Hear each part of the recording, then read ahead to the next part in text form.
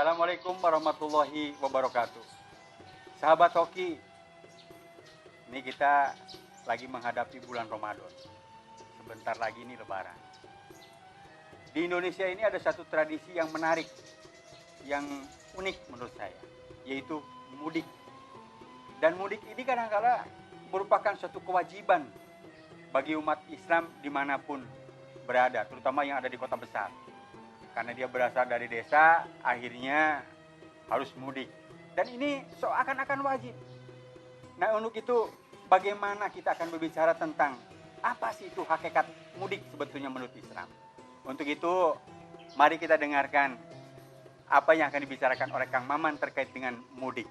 Mangga, Kang. Ya, terima kasih Mang Oot dan sahabat hoki, humor ala kiai. Assalamualaikum warahmatullahi wabarakatuh. Alhamdulillah wassalatu wassalamu ala rasulillah wa alihi washabihi wa mawala amma ba'd. Saya koreksi Mang Oot ya, sebenarnya bukan kewajiban ya. Itu kayak sudah menjadi tradisi dan menjadi kebutuhan orang Indonesia. Tetapi semangat mudik itu tidak terlepas dari spiritualitas agama itu sendiri. Jadi di kita mengenal ada kalimat tarji', innalillahi wa inna raji'un. Dari Allah kembali kepada Allah. Dan itu dipahami bahwa kita dari kampung harus kembali ke kampung. Kita dari tanah kelahiran maka dikuburkan di tanah kelahiran. Walaupun karena COVID-19 ini sebenarnya kita tidak usah mudik ya kan? Tidak usah mudik. Tapi kalau ada orang maksa mudik, ya mau tidak mau dia harus karantina selama 14 hari. Nah, jadi orang untuk punya hasrat untuk kerinduan untuk selalu pulang itu memang tidak bisa kita halangi. Saya paling kasih tips saja. Kalau yang mau mudik, pertama orang yang mau mudik itu harus punya kampung. Lamun jelema ayeuna mau berangkat mudik nggak punya kampung, bahaya. Kemana itu, Kang? Iya. Nah itu sama dengan orang yang dia akan pingin kembali ke sorga karena kita kan awasnya dari sorga tuh. Betul, Nabi Adam dari sorga, kita kembali ke sorga. Lalu kita dikasih kunci itu kunci sorga loh. Kunci surga. Miftahul jannah, la ilaha, bukan kunci neraka, kunci surga. Satu. Yang kedua, tolong mudik itu jangan dijadikan ajang pamer. Jadi kita cukup bawa keluarga, istri dan anak, lalu nanti salaman. Jangan sekali-kali rumah, lemari, kulkas dibawa. Jelma ada mau nyawa. Ada yang gini juga, Kang. Apa itu? Karena mau pulang ke kampung nih, supaya dilihat orang kota, rambutnya di merah-merah tuh, Kang. Itu nggak boleh. Jadi kita harus rendah hati karena kita kembali ke kampung.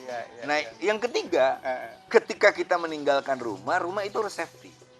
Harus dijaga. Betul. Kalau bisa pakai yang namanya apa? Tali polisi itu? Garis len. Polis len. Polis len. Atau kalau nggak mau ya simpen aja di tulisan rumah ini dalam pengawasan bank. Jadi paling tidak si maling berpikir orang, waduh onan-onan gitu. Nah kayak gitu. Nah jadi betul-betul harus dijaga. Nah yang terakhir yang ingin saya katakan bahwa mudik harus memberikan spirit kembali bahwa kita harus kalau mau kembali ke kota, kembali kerja itu harus memberi nilai manfaat bagi sama. Khairun nas anfa'un linnas. Sebaik-baik manusia adalah bermanfaat bagi sama. Ada pertanyaan nih, Kang, dari Abdan Syakuro. Ini pertanyaannya, apakah di negara lain juga ada mudik? Katanya Kang ini, Kang. Dari sebenarnya tradisi mudik Idul Fitri itu hanya ada di Indonesia. Tetapi pada tahun Cina misalnya, teman-teman di Cina itu dia mudik besar-besaran juga.